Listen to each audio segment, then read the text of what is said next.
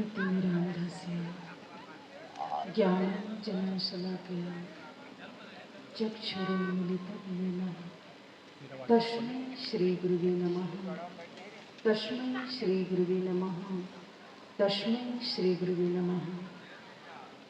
बोलिए उमापति महादेव जी की जय। श्री कृष्ण बलदेव जी की जय।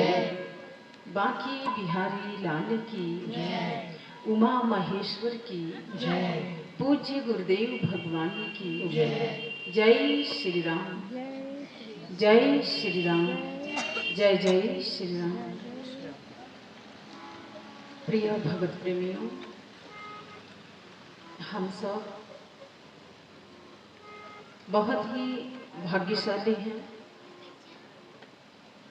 जो परमात्मा की कृपा से परमात्मा के दरबार में उपस्थित हुए हैं।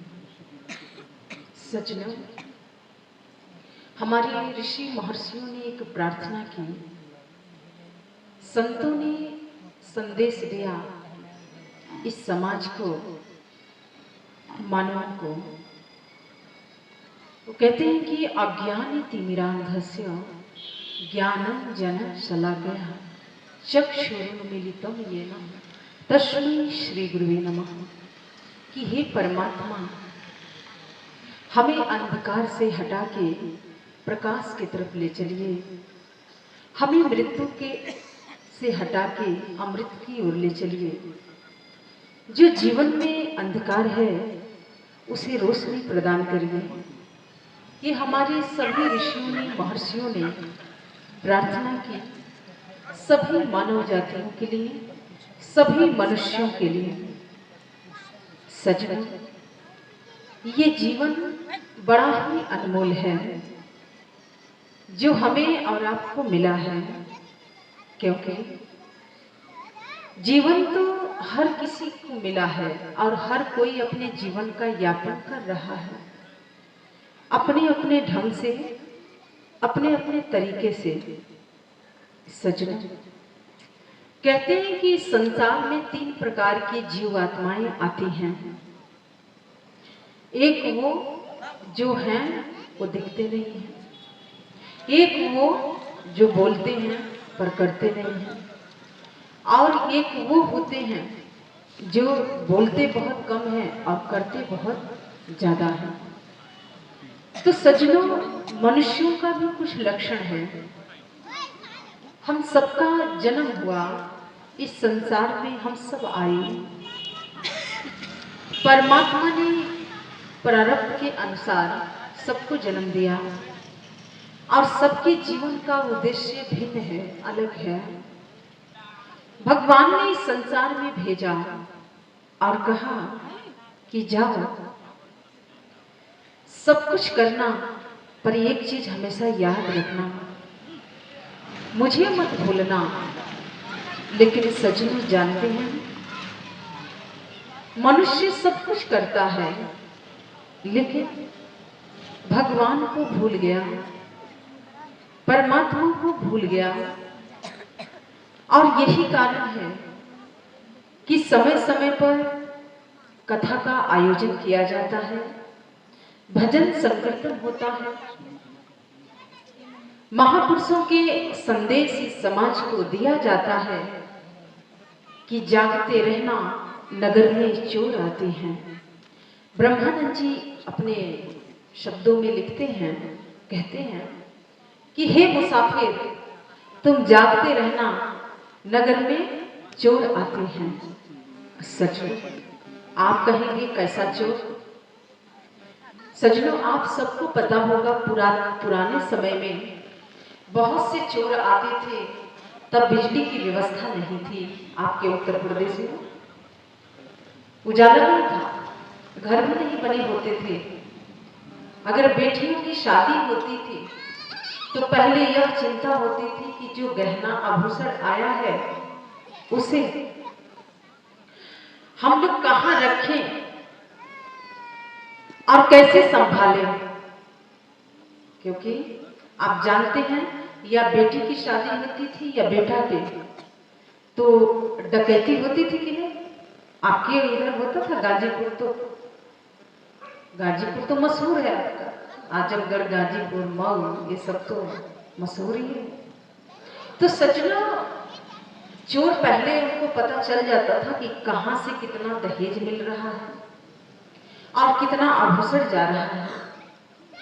और पुराने लोग एक कहावत कहते थे, शायद आपको भी याद होगा पर मैं याद दिला देती हूँ। लोग कहते थे कि धीरे से बोलो, दीवार के भी कान होते हैं। दीवार के कान होते हैं, पर दीवार तो ईंट से बना है। ये बात हम लोग भी बाल काल से सुनते से, बड़ों से अपने। बाद में समझ आया कि इस दीवार के बगल में कोई खड़ा होगा और जो बात आप कर रहे हैं वो बात वो भी सुन रहा है। लेकिन जो हमारे बुजुर्ग थे, बुद्धिजीवी थे, वो लोग एक संदेश देते थे, समझाते थे कि दीवारों का कान होता है और जो समझदार व्यक्ति होता था वो समझ जाता था उनकी बात, और जो नहीं समझता वो आज तक भी नहीं समझ पाया। तो सच में इसीलिए ब्रह्मानंद जी लिखते हैं कि जागते रहना, नगर में क्या आते हैं, चोर आते हैं। तो आपके नगर में सब लोग जागे हैं कि सो रहे हैं? मुझे तो लग रहा सब सो ही रहे हैं। सो रहे हैं? अगर जागे होते तो जरूर कथा में आते।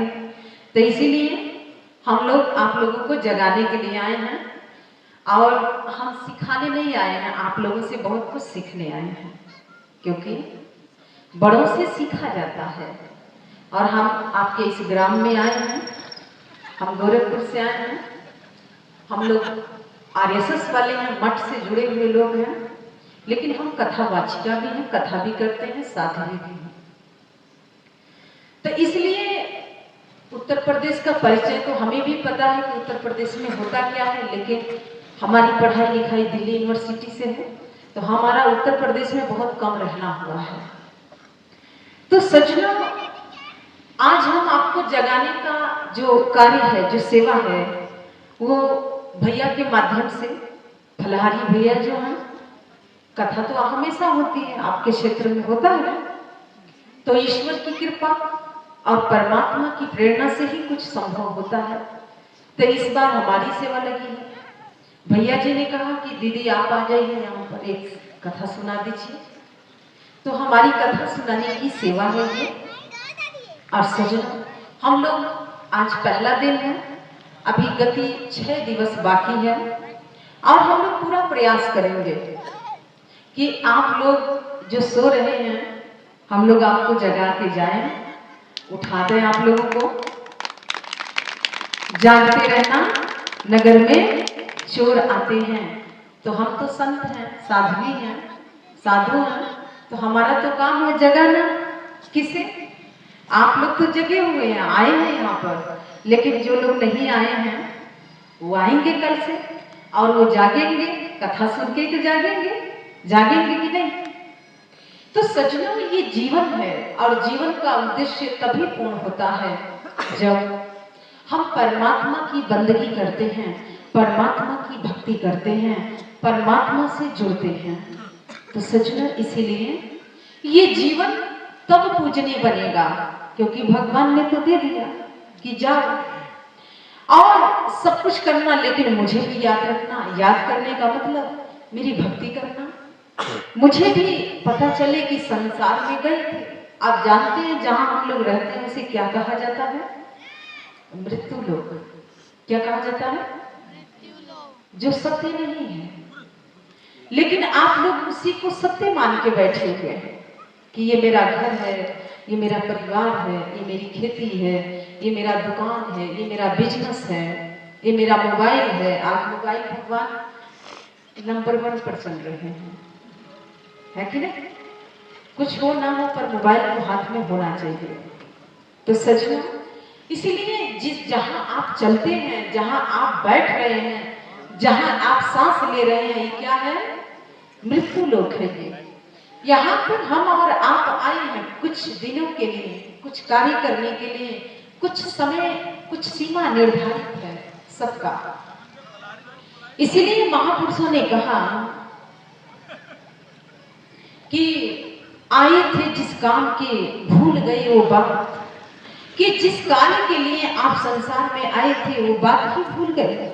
अगर मैं आपसे पूछूं आपका गांव का नाम क्या है बताइए, पहले यहीं से परिचय करते हैं। क्या नाम है? देवचंद। देवचंद नाम है। तो यहाँ सब तो देव लोग रहते ही होंगे, रहते हैं कि नहीं? रहते हैं। इधर भाइयों से भी पूछ लेते हैं, देव लोग बहुत यहाँ ज्यादा होंगे। तो हमें आस है कि जो नहीं भी है वो भी देव बनने का प्रयास करें। तो सजनों, आपके गांव का नाम कितना अच्छा है कि लेने में भी कितनी भावना बन रही है और श्रद्धा मन में आ रहा है। देवचंद, कि हम सब देवचंद हैं और आपके गांव में आए हैं तो हम भी सम्मिलित हो गए, हम भी देवचंद में आ गए हैं। आ गए हैं कि? तो हमें आप लोग स्वीकार करते हैं अपने गांव में? स्वीकार करते हैं इधर भाई लोग? अच्छा, तो आइए आप लोगों का भी एक जय घोष होना चाहिए।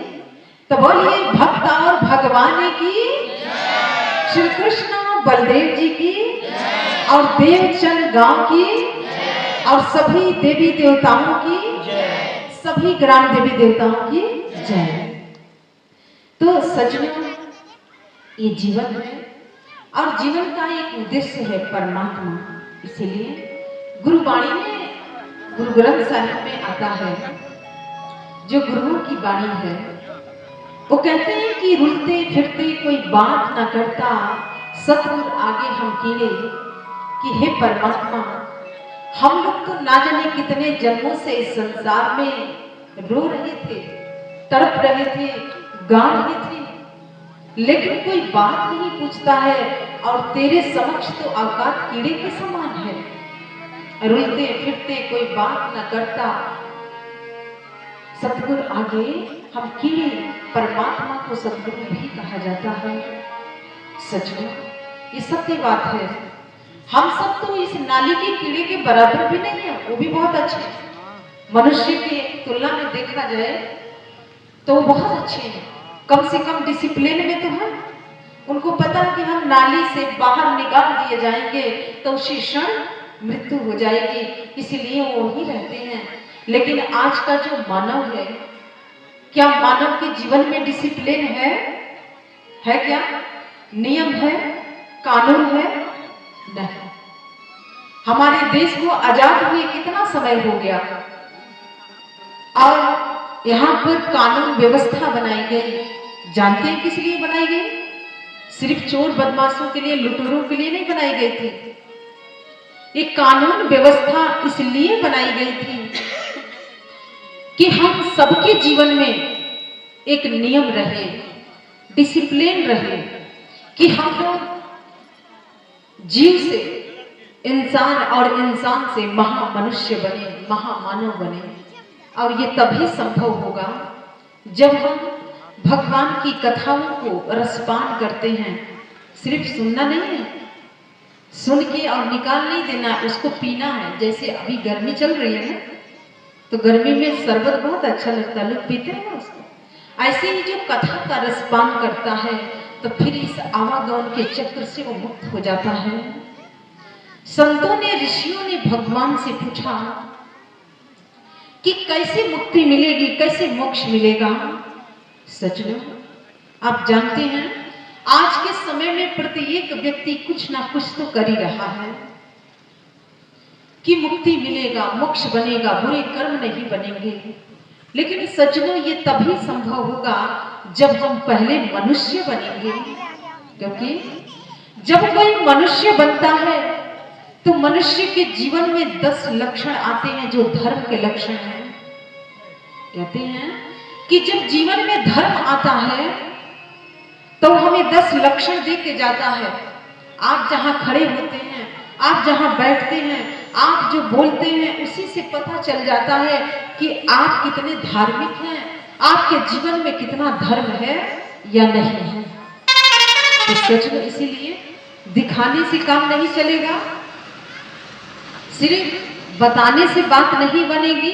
क्योंकि भगवान ने मनुष्य की रचना किया, परमात्मा को भेजा, तो इसलिए भेजा कि तुम हमारे जैसे हो और हमारे जैसे ही रहना।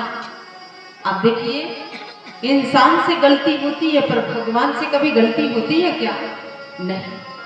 तो इसीलिए बाबा बहुत सुंदर लिखते हैं मानस में कि ईश्वर अंश जीव अभिनाशी, कि हम सब परमात्मा की संतान हैं, परमात्मा की बेटा और बेटियां हैं। आप कहेंगे कैसे? अभी हम आपसे पूछ लें तो आप अपने पिताजी के नाम बताएंगे, माँ के नाम बताएंगे, पति के नाम बताएंगे, लेकिन सज्जनों वास्तव में तो हम सब परमात्मा की संतानें हैं। और इसीलिए परमात्मा की संतान परमात्मा जैसे ही होती है, क्योंकि बाबा ने ऐसे तो नहीं लिखा, गोस्वामी तुलसीदास जी मानस में लिखते हैं कि ईश्वर अंश जीव अभिनाशी, कि जो जीव है वो ईश्वर जैसे है, उसी के अंश है। अंश किसे कहते हैं? आप जानते हैं ना, कहते हैं कि परमात्मा के अंश रूप परशुराम जी का अवतार था। मतलब पूरा नहीं परमात्मा थे, लेकिन उनके अंश थे। आदि गुरु शंकराचार्य जी शंकर जी के अंश अवतार थे, और हनुमान जी ग्रहणी रुद्र हैं, वो भी उन्हीं के अवतार हैं। तो ऐसे ही हम सब जो मानव है, मनुष्य हैं, ईश्वर अंश जीव अविनाशी, हम सब किसकी संतान हैं? किसकी हैं? भगवान शिव के हैं, आदि के, अनंत के, जो देव हैं, महादेव हैं, काल हैं, महाकाल हैं, काल से परे हैं, जिन्हें देवों को देव महादेव कहा जाता है, हम उनकी संतान हैं। और सजना इसलिए उनकी संतान है तो हमें उनके जैसे तो बनना पड़ेगा, है नहीं? बनना होगा। आप जानते हैं परमात्मा ने, प्रकृति ने संदेश दिया। परमात्मा की दो संतानें हैं, एक ज्ञानी और एक अज्ञानी। ज्ञानी वो है जिसे हम आज के समय में कुछ क्षणों के लिए मनुष्य कह लेते हैं, और अज्ञानी वह है जो कीट पतंगे, पशु पक्षी, इन्हें अज्ञानी कहा जाता है, क्योंकि इन्हें ज्ञान का बोध नहीं है और मनुष्य को ज्ञान का बोध है। तो सज्जनों, प्रकृति के दो संतानें अर्थात परमात्मा की दो संतानें, एक ज्ञानी और एक अज्ञानी। माता ने संदेश दिया, परमात्मा ने मैसेज दिया कि जाओ रात में जल्दी सोना, जल्दी भोजन कर लेना, कहीं पार्टी मत करना, कहीं रात्रि में घूमने मत जाना।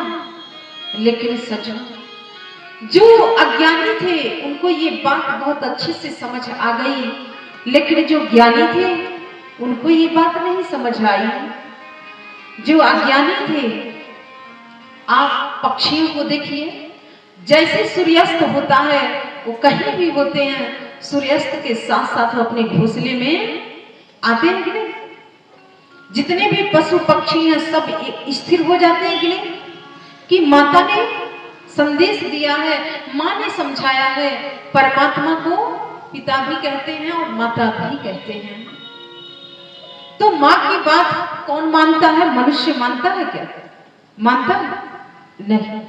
क्योंकि आप जानते हैं मनुष्य रात्रि में जागता है, विचरण करता है, और मनुष्य होता तो क्या विचरण करता? कौन करता है विचरण? तो वो लोग करते हैं जो प्रेत होते हैं। परमात्मा ने, मां ने समझाया, लेकिन बात नहीं समझ आई। आप ऐसा मत सोचिएगा कि आप भी कथा में आए हैं। आप जानते हैं आज के समय में लोग 2-2 बजे तक जागते हैं, 3-3 बजे जागते हैं, और रात सुबह जाके सोते हैं, और 8 बजे 9 बजे लोग उठते हैं, चाहे वो गांव है चाहे शहर है, सब जगह एक ही नियम लागू हो चुका है। तो सज्जनों, भगवान ने तो संदेश दिया कि जाओ, समय से उठना, समय से खाना, समय से सोना, लेकिन मनुष्य आज पार्टी करता है। क्या पशु पक्षी पार्टी करते हैं क्या? नहीं। मनुष्य आज मूवी देखने जाता है, सिनेमा घर जाता है, रात रात भर मोबाइल चलाता है, उसमें लगा रहता है। माँ की बात याद नहीं है, भगवान की बात याद नहीं है। लेकिन जो देखने के लिए अज्ञानी हैं, जिनके पास ज्ञान नहीं है, उन्हें सब कुछ याद है कि माँ ने ठीक ठीक हमें समझाया है, तो वो लोग समय पर भोजन करते हैं, समय पर सोते हैं और रात में वो लोग नहीं जागते हैं। और कथा सत्संग किसके लिए होता है जानते हैं? गधों के लिए नहीं होता है, मनुष्यों के लिए होता है, भक्तों के लिए होता है, इंसानों के लिए होता है। इसलिए वो लोग नहीं कथा में सम्मिलित होते हैं, लेकिन कथा किसके लिए होती है? मानव के लिए होती है। इसलिए कथा में ज्यादा से ज्यादा लोग मनुष्य ही आते हैं, मानव ही आते हैं, क्योंकि मनुष्य के पास ज्ञान है, वो अज्ञानी नहीं है। इसलिए हमारे संतों ने बहुत सुंदर समझाया कि देहधारी को दंड है, बच सके ना कोई, ज्ञानी भोगे ज्ञान से, अज्ञानी भोगे रोई। कि दंड तो सबको मिलता है, पर कोई रो रो के भोग रहा है और कोई हंस के भोग लेता है। तो जो कीट पतंगे पशु पक्षी हैं वो रो के भोग रहे हैं, लेकिन आप हंस के भोगते हैं। जानते हैं जब उनको कुछ होता है तो बता नहीं पाते हैं, वो सिर्फ रोते हैं, या कहीं घाव हो जाता है तो आप देखते हैं ना वो लोग जीभ से चाटते रहते हैं। लेकिन आपको कुछ हो जाता है तो आप उस पर मलहम लगाते हैं कि नहीं? थोड़ा दर्द हो जाए तो डॉक्टर के पास जाते हैं, ट्यूब लेके आते हैं, दवाइयाँ लाते हैं, पट्टी ले आते हैं, बहुत सारी सामग्री लेके आते हैं। अब समय समय पर खाते हैं, लगाते हैं कि हम जल्दी स्वस्थ हो जाएं। लेकिन वो क्या लगाते हैं? क्योंकि वो वंचित हैं, उन्हें अधिकार नहीं मिला। लेकिन उस जगह पर आने में हम लोगों को देर नहीं लगेगी। वो भी एक दिन मनुष्य थे, लेकिन वो अपने समय को ऐसे ही बर्बाद कर दिए। तो आज इसीलिए वहां पर हैं। लेकिन हम सबको जीवन मिला है, मनुष्य तन मिला है, तो अब उनसे हम प्रेरणा ले लें, उनसे हम सीख लें कि एक दिन ये भी इंसान थे, मनुष्य थे, लेकिन अपने कर्म के चूक गए। तो आज कहाँ गए हैं? 84 लाख योनिया में। लेकिन आज ये अवसर हमारे पास है, आपके पास है, तो हम ऐसा क्या करें कि जो हम 84 लाख योनियों से बच जाए? कभी आपने विचार किया? मन में प्रश्न आया? नहीं। इसीलिए महापुरुषों ने समझाया कि ज्ञानी भोगे ज्ञान से, अज्ञानी भोगे रोई। कि जिसके पास ज्ञान है वो ज्ञान के थ्रू भोगता है, लेकिन जिसके पास ज्ञान नहीं है वो रो रो के भोग रहा है। यही अंतर है, और कोई अंतर नहीं है। और सज्जनों, यहाँ पर जो कथा का आयोजन किया गया है वो शिव महापुराण की कथा है, जो आदि है, अनंत है। और मैं आज उनकी महिमा आप सभी को श्रवण करवाऊंगी, उन्हीं की कृपा से, उनकी दया से। क्योंकि ये मुख भी तभी सार्थक होता है जब हम भगवान के कथा बाजते हैं, या कथा को सुनते हैं, या कथा सुनने जाते हैं। ये पैर भी तभी धन्य होते हैं जब हम धार्मिक स्थानों पर जाते हैं। ये हाथ भी तभी धन्य होंगे जब इन हाथों से शुभ कर्म होते हैं। तो सज्जनों, भगवान शिव ने अनेक प्रकार से इस समाज में संदेश दिया। और आप जानते हैं आज एक ही गूंज है इस भारत में, हम सनातनी हैं कि नहीं? हैं? कितने लोग हैं? हाथ उठा के बताइए। पीछे वाले लोगों को भी सम्मिलित कर लेते हैं, क्योंकि मुंह तो दिख नहीं रहा है। आप आ जाइए पंडाल में। और सज्जनों, आज एक ही नारा गूंज रहा है, लेकिन मैं आपसे प्रश्न करती हूँ, हम जानते हैं कि हम सब सनातनी हैं, पुरातनी हैं, सनातन हमारी पहचान है, लेकिन क्या हम सनातन को जानते हैं कि सिर्फ मानने में लगे हुए हैं? कितने लोग जानते हैं? जरा हाथ उठा के बताइए, ईमानदारी से बताइएगा। दो चार बहने ही जानते हैं, भाई लोग खाली मोबाइलों चले हैं, बनियो जा आके हैं। हमें भोजपुरी भी आती है, क्योंकि मैं तो यही की बेटी हूँ, आपके उत्तर प्रदेश की। तो सज्जनों, सिर्फ मानने से नहीं होगा, जानना होगा। क्योंकि अभी तो चहुर एक ही गूंज है, बोलिए सत्य सनातन धर्म की जय जय। क्योंकि अभी हम कुंभ में गए थे, तो 22 सेक्टर में हम लोगों का शिविर लगा हुआ था। तो वहां पर ये देख के एहसास हो रहा था कि हमारे भारतवासी जाग चुके हैं, सब लोग जाग गए हैं, क्योंकि सनातन के पीछे, सनातन को मानने वाले, सनातन को जानने वाले वही न जा सकते हैं। और सजनों कितनी भीड़ थी वहां पर, और सबने डुबकी भी लगाया और भगवान के आराधना भी की। तो सजनों इसे एहसास हुआ कि सबको इस सनातन के प्रति श्रद्धा तो आ गया है मन में, लेकिन जानना भी तो होगा। और जो सनातन है, पुरातन है, वो भगवान शिव हैं, जो आदि हैं, अनंत हैं। और ये कथा इसीलिए करवाई जा रही है कि आप जिस सनातन को सिर्फ मानते हैं, अब आपको जानने की भी आवश्यकता है। आप जानिए, और जब जानेंगे तभी ना उसको समझेंगे। तो सजनों, सनातन अगर कुछ है तो वो भगवान शिव है, भगवान श्री राम है, भगवान श्री कृष्ण है, जिनसे इस भारत की पहचान है, जिनसे ये भारत जाना जाता है। और जो भारत में रहता है क्या साधारण है? नहीं। जब परमात्मा यहाँ पर समय समय पर आते हैं और समय समय पर वो अपना कार्य करते हैं, तो वो संदेश भी देते हैं हम सभी सनातनियों को कि आज एक रंग में, एक सुर में, एक जैसे हम सबको बन के चलना होगा, समझना होगा। क्योंकि आप ज्यादा समय नहीं है जानने के लिए, क्योंकि जब तक हम जानेंगे नहीं तब तक हमारी पहचान नहीं बनेगी। तो सजनों, इसीलिए मानने से काम नहीं चलेगा, जानना होगा। और महाशिव पुराण के अंतर्गत आता है। आज मैं आपको कथा श्रवण करवाने जा रही हूं, वो मैं कथा का महत्व बताऊंगी कि कथा सुनने से इस जीवन में क्या होता है, और कथा नहीं सुनने से क्या होता है, और कथा में जाने से क्या होता है, और कथा कराने से क्या होता है, और कथा में ना जाने से क्या होता है। तो सच में कहते हैं कि भाग महाशिव पुराण के अंतर्गत आता है। क्योंकि अभी हम भागवत कथा करके आए हैं, अभी कल ही तो आए हैं आपके मऊ जिला से, आपके गाजीपुर जिला में।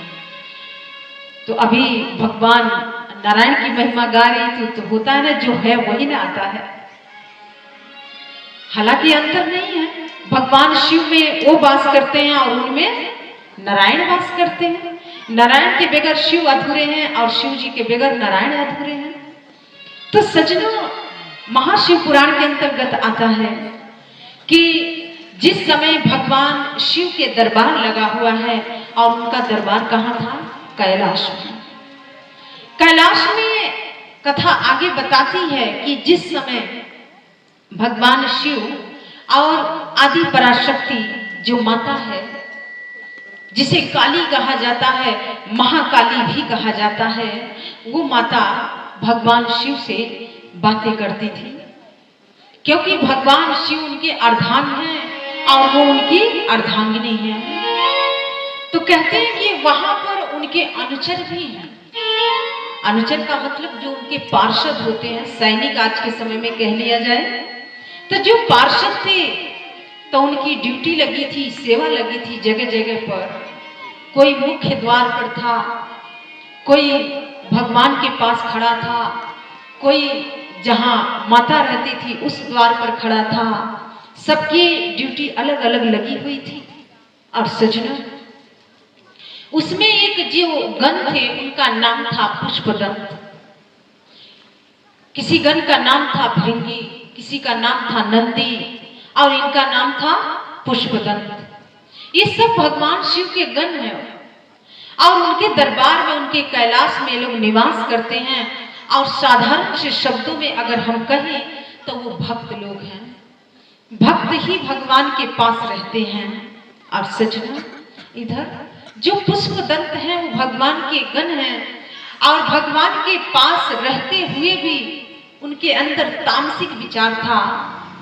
और जानते हैं भगवान सब कुछ सहन करते हैं, लेकिन तामसिक विचारों को सहन नहीं करते हैं। और इधर जो आदि पराशक्ति, जिसे आदि शक्ति कहते हैं, माता और भगवान शिव रोज कुछ न कुछ बातें करते थे। और पुष्पदंत जी की जो ड्यूटी लगी थी, सेवा जो लगाई गई थी कि द्वार पे रहना है, लेकिन कुछ लोगों की आदत होती है ना, मैंने आरंभ में सुनाया था कि दीवारों के भी कान होते हैं।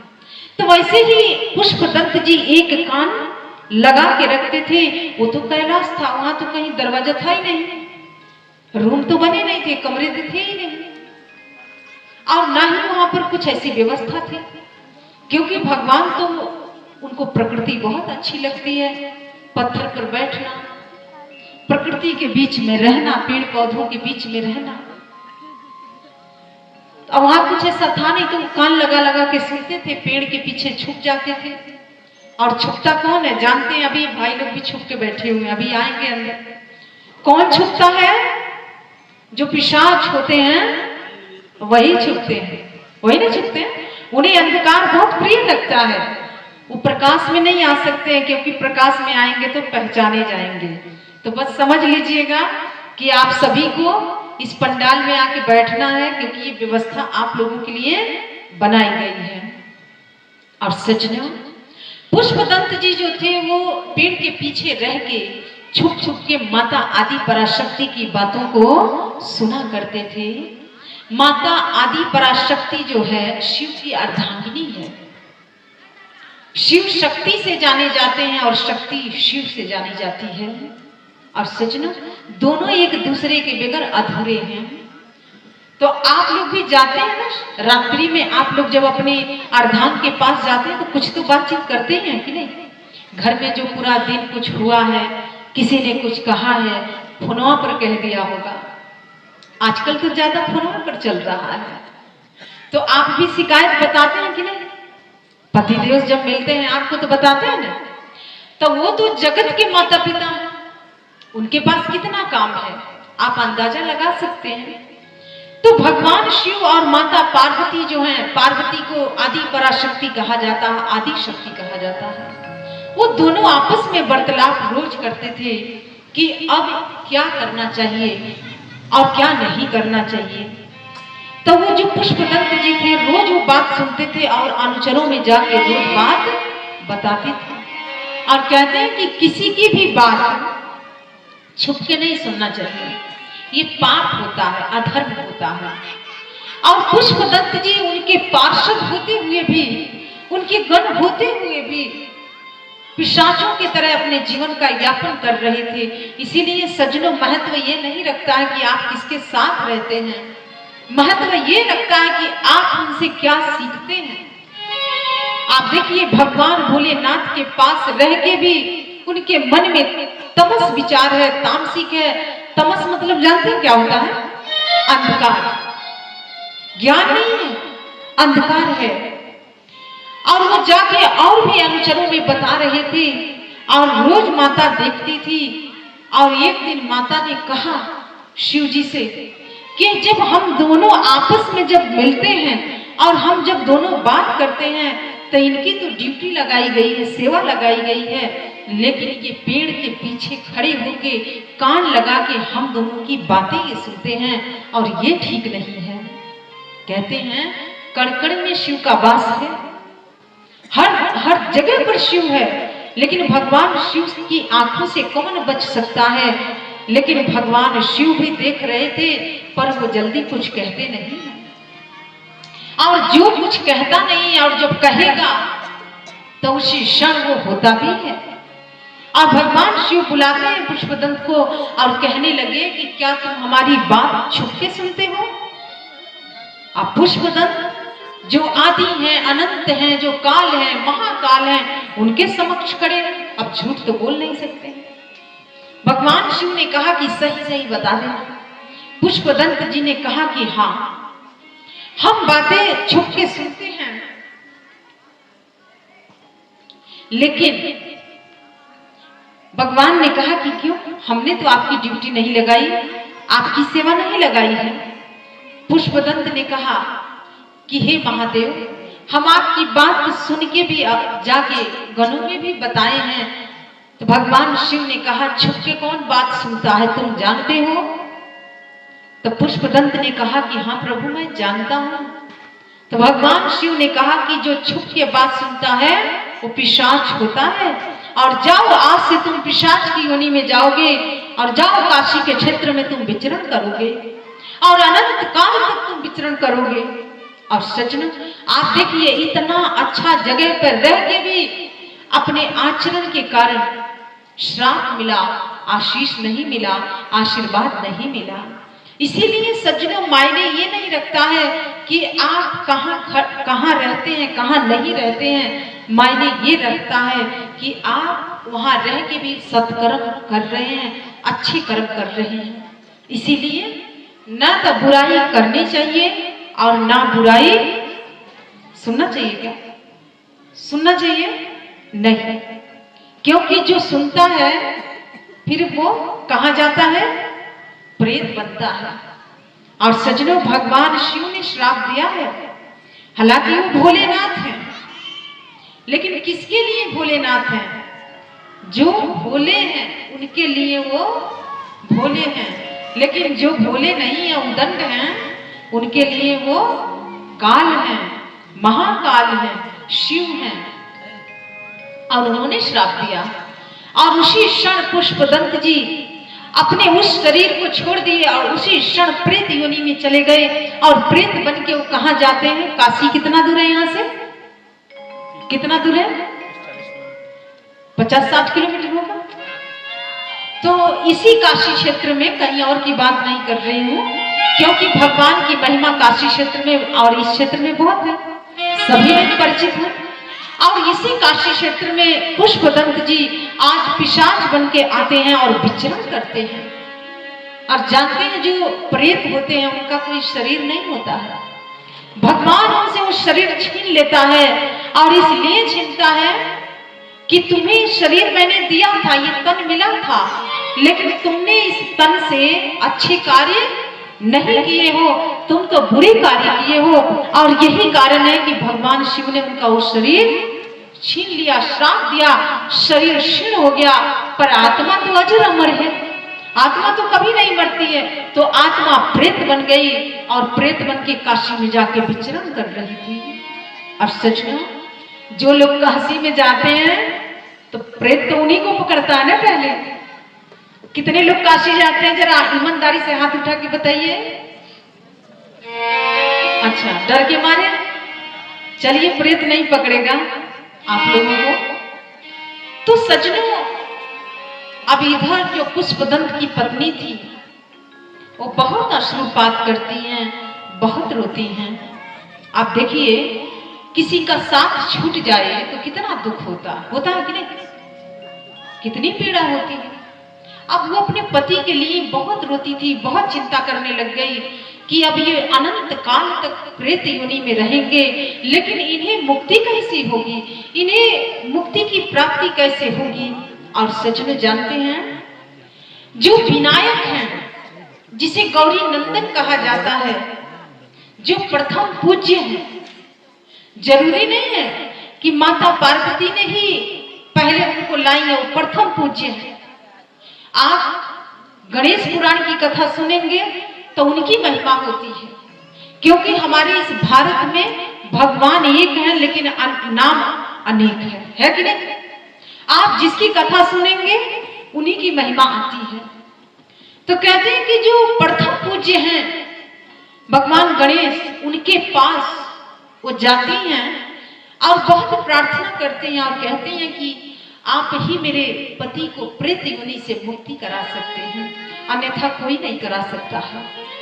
तो वो कहते हैं कि कैसे? तो कहते हैं कि आपकी बात आपके पिता महादेव मान लेंगे, लेकिन हमारी बात वो नहीं सुनेंगे।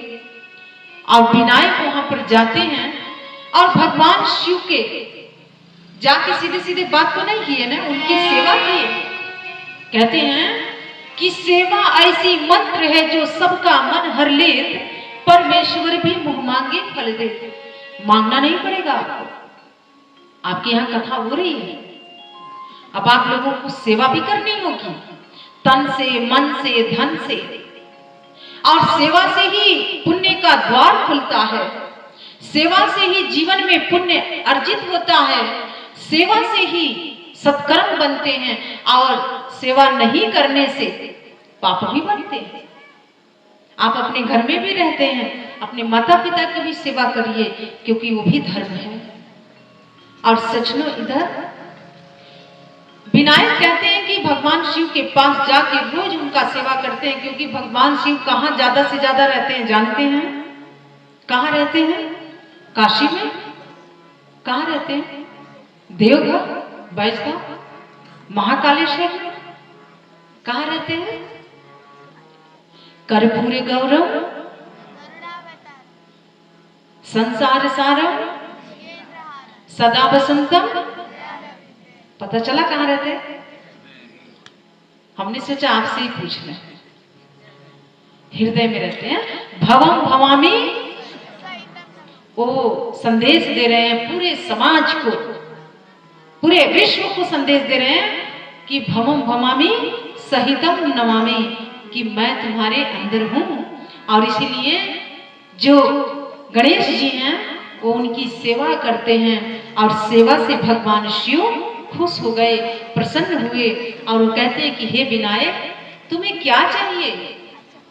हे पुत्र तुम जो कहोगे वो मैं करने के लिए तैयार हूं। और जानते हैं जो परमार्थी होता है ना, वो अपने लिए नहीं कभी कुछ मांगता है। अब गणेश जी कहते हैं कि हे पिताश्री मुझे ये आशीर्वाद दीजिए कि पुष्पदंत जी प्रेत योनि से कैसे छुटकारा उनको मिल सकता है। आप देखिए, वो चाहते तो अपने लिए भी कुछ मांग सकते थे कि नहीं? आप होते तो अपने लिए ही पहले मांगते, दूसरे के लिए नहीं मांगते। लेकिन गणेश जी कहते हैं कि हे पिताश्री आप हमें ऐसा कोई उपाय बताइए, ऐसा आशीर्वाद दीजिए कि मैं पुष्पदंत जी को प्रेत योनि से मुक्त करा सकूं, छुटकारा दिला सकूं। और सच में भगवान शिव ने कहा कि हे पुत्र पुष्पदंत जी की मुक्ति भगवान के कथा सत्संग से ही होगा, अन्य कोई भी उपाय नहीं है। और सच में गणेश जी वहां से जानते हैं कहाँ जाते हैं? आपके काशी क्षेत्र में आते हैं, कैलाश से काशी क्षेत्र में आते हैं। और जब यहाँ पर आते हैं तो उन्होंने पुष्पदंत जी की हालत देखी। पुष्पदंत जी कभी इस पेड़ से उस पेड़ पर भागते थे। आप जानते हैं ना, पहले बहुत पैदल लोग यात्रा करते थे, अब ना इतनी गाड़ियों की सुविधा हो गई है। भाई फटफटिया जो चल रही है आजकल, चलती है क्या, जिसे मोटरसाइकिलिया कहते हैं आप लोग। बड़ा एक्सीडेंट हो रहा है, बच के रहिएगा आप लोग। और सजनों जो चलाता है ना, वैसे लगता है आप ही उड़ा के पहुंच जाना चाहिए। तो उस समय मोटरसाइकिल नहीं था, फटफटिया नहीं था। उस समय लोग बैलगाड़ी से यात्रा किया करते थे, पैदल चला करते थे।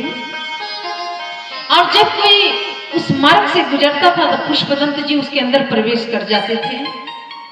और प्रेत अपने मुख से नहीं कुछ खाता पीता है, वो किसी के अंदर जब प्रवेश करता है, किसी के शरीर में जब जाता है, किसी के शरीर को पकड़ता है, तब वो अपना भोजन पानी उसके माध्यम से ग्रहण करता है, क्योंकि परमात्मा ने उससे वो अधिकार ले लिया है, छीन लिया है।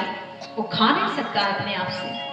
और पुष्पदंत हर रोज किसी ना किसी को पकड़ते थे और उसके माध्यम से अपने आप को संतुष्ट करते थे। और फिर जब कोई और नया व्यक्ति आता था, फिर उसको छोड़ के उसको पकड़ लेते थे। प्रेत ऐसे ही ना करते हैं, कभी किसी को पकड़ते हैं, कभी किसी को पकड़ते हैं। आपके गांव में पकड़ते हैं कि नहीं? किसी को पकड़ते हैं?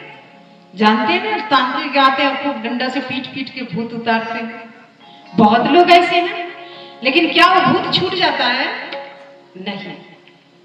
तो आज यही समझना है, पुष्पदंत जी भी प्रेत योनि में हैं, प्रेत बन चुके हैं। और अगर तांत्रिकों के वजह से प्रेत काबू में आ जाए, प्रेतों को बिठा दिया जाए, तो फिर बात ही बन जाए। लेकिन ऐसा नहीं हुआ। जिसे भी पुष्पदंत जी पकड़ते थे, तो क्या वो तांत्रिकों के पास नहीं जाते थे? सोखा ओझा के पास नहीं जाते थे? झाड़ फूक नहीं कराते थे? सब कराते थे। और आप लोगों के घरों में भी जब ऐसी परिस्थितियां उत्पन्न होती है, तो आप लोग क्या करते हैं? पता लगवाते हैं कि कहाँ जाना चाहिए और ये समस्या जल्दी से जल्दी निवारण हो जाए। पर सज्जनों, वो आपसे पैसा लेते हैं खूब, जितना मांगेंगे आप दुखी रहते हैं, देते हैं। और वो लोग कुछ क्षणों के लिए थोड़ा सा कंट्रोल कर देंगे, लेकिन मैंने बताया ना, फिर उनको नहीं तो उनको। प्रेतों का काम ही यही होता है। और पुष्पदंत जी का भी यही काम था। लोग बहुत दुखी हो गए थे काशी क्षेत्र में जो लोग थे। और इधर जब गणेश जी जाते हैं तो गणेश जी पकड़ना चाह रहे थे, लेकिन सूक्ष्म चीजें क्या हाथों से पकड़ सकते हैं? पकड़ सकते हैं क्या? नहीं, प्रेतों को हाथों से नहीं पकड़ा जाता है। तब उनके हाथ में एक अंकुश होता है। गणेश जी के हाथ में देखे हैं ना, अंकुश होता है, फोटो में देखे हैं कि नहीं? तो उसी अंकुश के द्वारा, और एक हाथ में रस्सी है। रस्सी जानते हैं किस लिए होता है?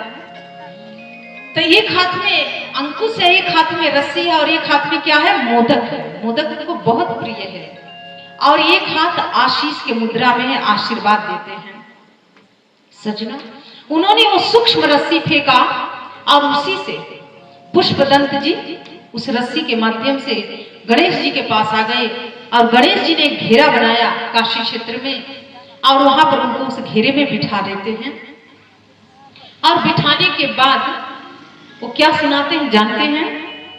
भगवान की कथा, भगवान के सत्संग। और आइए भाई साहब से आग्रह करते हैं कि एक चौपाई के माध्यम से बताएं कि कथा सत्संग क्यों सुनना चाहिए और सुनने से क्या होता है।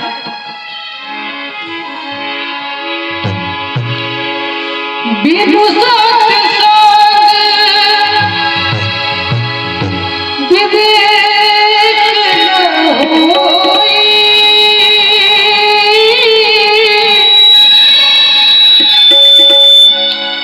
राम कृपा बिनु सुलभ न सोई।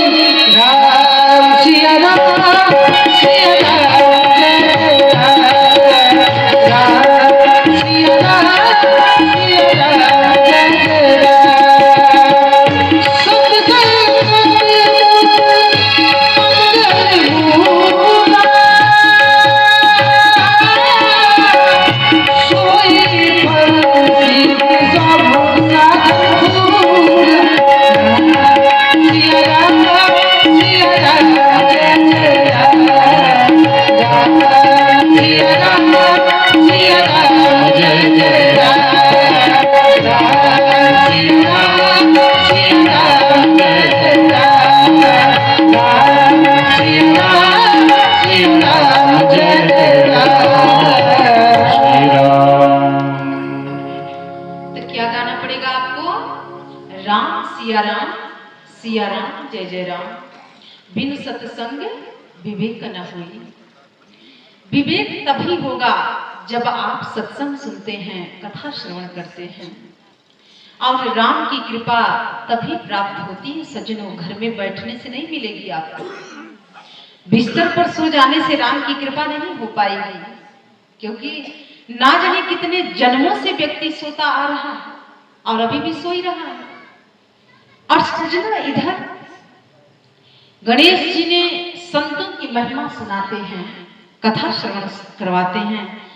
पुष्पदंत जी को लेके जो प्रेत होते हैं वो इतनी आसानी से बैठते हैं क्या?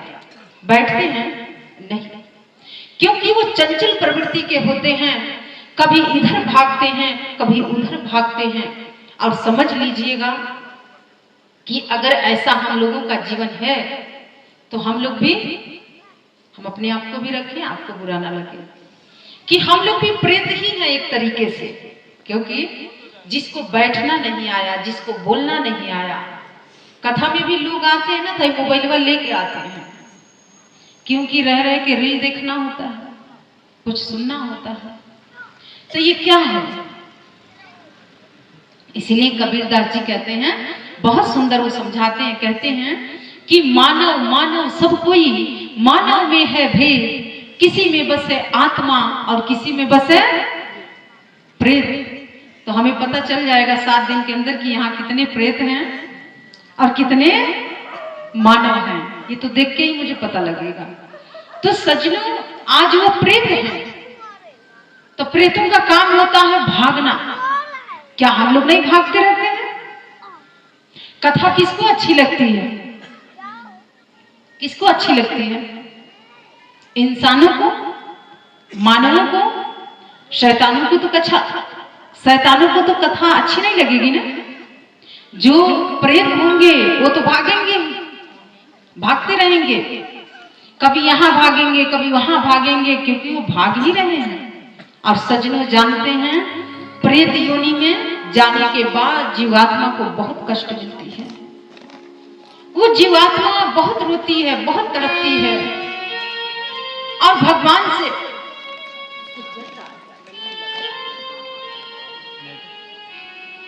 वो भगवान से एक ही प्रार्थना करती है कि हे परमात्मा, हम मानव थे लेकिन मनुष्य के तन मिला, लेकिन वो भी छिन गया। आज पता चल रहा है कि जब हम मनुष्य थे तो तरह तरह के व्यंजनों का स्वाद ले रहे थे, तरह तरह से कोल्ड ड्रिंक पी रहे थे। पीते हैं कि नहीं? कितने लोग पीते हैं? तरह तरह के चाय पीते थे, स्पेशल काला वाला, दूध वाला, और कॉफी भी समय समय पर पीते थे। लेकिन वो सब चीजें बंद हो गया, क्योंकि अब तो प्रेत योनि में आए हैं तो चाय तो मिलेगा पर उठा नहीं सकते, तो मुख में कैसे जाएगा। इसीलिए सच में बाबा बहुत सुंदर लिखते हैं कि बड़े भाग्य पाइब सत्संगा, बिन ये प्रयास होई भवभंगा। कि वो कहते हैं कि जब सत्संग मिल जाता है जीवन में, कथा मिल जाता है, तब बिन ये प्रयास होई भवभंगा, कि अब जब कथा मिली है तो फिर प्रेत योनि में तो नहीं जाना पड़ेगा। और पुष्पदंत जी को गणेश जी बार बार उस सूक्ष्म रस्सी के माध्यम से खींच खींच के ला के बिठा रहे हैं, लेकिन वो फिर से भाग रहे हैं। तो सज्जनों, ये काम हम और आप करते हैं कि नहीं? ना जाने कितने बार इस मृत्यु लोक में जन्म लिए होंगे। कथा में से उठ के भागने की आदत किसकी होती है? कौन लोग भागते रहते हैं? उठते हैं, बैठते हैं, कभी इधर देखेंगे कभी उधर देखेंगे, कभी कोई बतियाता है, करता है कि नहीं? ऐसा होता है कि नहीं? तो क्या कथा सुन लेने से मुक्ति मिलेगी? क्योंकि आपका ध्यान तो कहीं और है। जैसे पुष्पदंत जी का ध्यान है, गणेश जी बार बार उन्हें पकड़ रहे हैं, लेकिन आ तो रहे हैं, घेरे में आ तो रहे हैं। ये घेरा बनाया गया है, यहाँ पाप प्रवेश नहीं करेगा 7 दिनों तक, जब तक ये कथा होगी, क्योंकि यहाँ भगवान विद्यमान है, यहाँ पाप प्रवेश नहीं करेगा। ऐसे उस बार बार वो सूक्ष्म रस्सी से उसको खींच खींच के ला रहे थे, लेकिन आप लोग भी भाग रहे हैं ना, उठ उठ के भागते हैं। ऐसे पुष्पदंत जी की प्रवृत्ति थी, वो भी उठ उठ के भाग रहे थे। और जानते हैं, भागते तो आए हैं, ना जाने कितने जन्मों से हम लोग भाग रहे हैं, लेकिन कब तक भागोगे? रुकना तो पड़ेगा, ठहरना तो पड़ेगा। भगवान बुद्ध से अंगुलीमाल एक बार मिला। जानते हैं, अंगुलीमाल जो था वो लोगों के गला काट देता था और अंगुलियां काट के गिनता था, और उसे माला में बना के पिरो के पहन लेता था। जैसे मैंने पहना है ऐसे ही वो अंगुलियों के माला पहनता था, इसीलिए उसे अंगुलीमाल कहा जाता था। और सच में जब भगवान बुद्ध आए, तथागत आए, पहली बार उसे देखे तो उन पर भी कटार लेके दौड़ा, तो भागे नहीं, डरे नहीं, क्योंकि जो मौत को जीत लेता है वो मौत से डरता ही नहीं है। और भगवान बुद्ध कहते हैं कि ठहर जाओ। पहली बार किसी ने कहा था उसके समक्ष, क्योंकि अंगुलीमाल के नाम सुन के लोग कोसों दूर भागते थे, वो रास्ता बंद हो गया था, लोग उधर से जाते तक नहीं थे। और भगवान बुद्ध जब गए और जब सामने आया तो भागे नहीं, आया जब उनको मारने के लिए तो बोले कि ठहर जाओ। ये शब्द कोई साधारण नहीं थे, अंगुलीमाल की आत्मा तक कांप गई थी। कटार हाथ से गिर गया और भगवान बुद्ध के चरणों में नतमस्तक हो गया और कहने लगा कि हे तथागत, आज तक मैंने इतने लोगों की हत्या की और अंगुली काट के माला पहना, लेकिन आप ठीक कह रहे हैं, आप तो ठहरे हुए हैं, लेकिन मैं नहीं ठहरा। क्या आप हमें अपना भिक्षु बनाएंगे? भगवान बुद्ध ने कहा कि हाँ, और लेके गए। वो शब्द क्या था? संत महापुरुष जब आते हैं तो एक शब्द भी किसी के जीवन में आ जाएगा ना तो व्यक्ति वही ठहर जाएगा। इसी को कहते हैं ठहरना। पकड़ के कोई बिठाएगा नहीं, पकड़ के रखेगा नहीं। ठहरना तो अपने मन से होता है। जैसे इतना अपराध किया, इतना पाप किया, लेकिन तथागत को देखते ही ठहर गया, रुक गया। ऐसे ही हम सब जीवात्माओं को अब रुकना होगा। बहुत भागे हम लोग, बहुत इधर उधर की बात किए हैं आप लोग, बहुत इधर उधर गए हैं, लेकिन अब रुकने का समय है, ठहरने का समय है। और ठहरता वही है जो सत्संग सुनता है, कथा को श्रवण करता है। और सज्जनों, आइए एक भजन के लिए भाई साहब से आग्रह करते हैं कि उनका मन कैसे ठहरा, जो पुष्पदंत जी हैं, क्योंकि भगवान के भजन संकीर्तन करके ही तो मन शांत होता है। और आइए इसी भजन को आपको भी हम श्रवण करवाते हैं।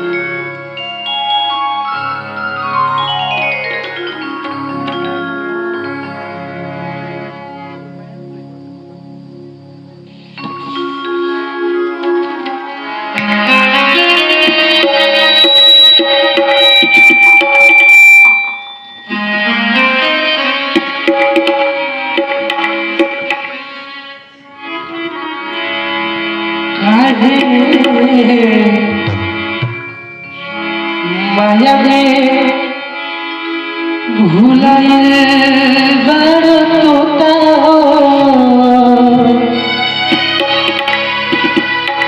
होता छोड़ के जाए के पड़ी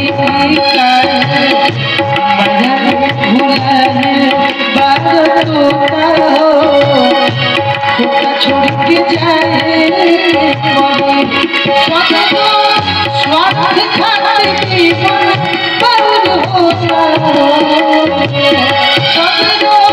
स्वार्थ खातिर जीवन बहुल होता होता छूट जाए पड़ी माया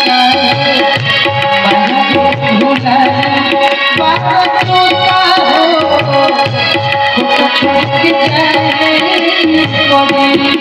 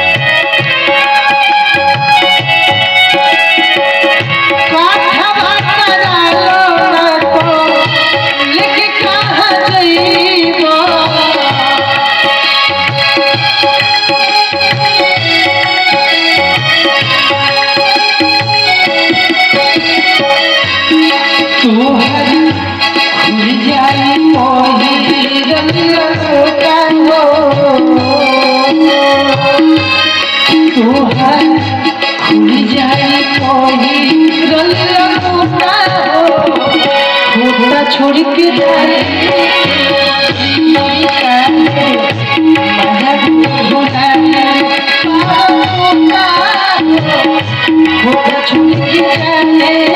छोड़ के जाए पड़ी।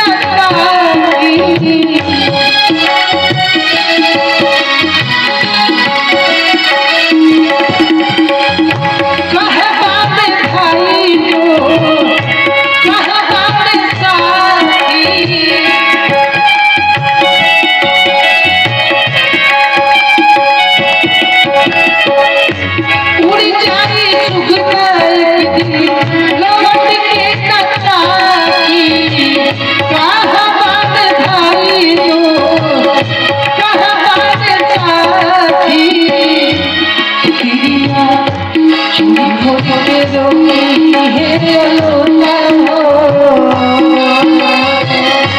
प्रिया चूड़ी के रोई हे लोटा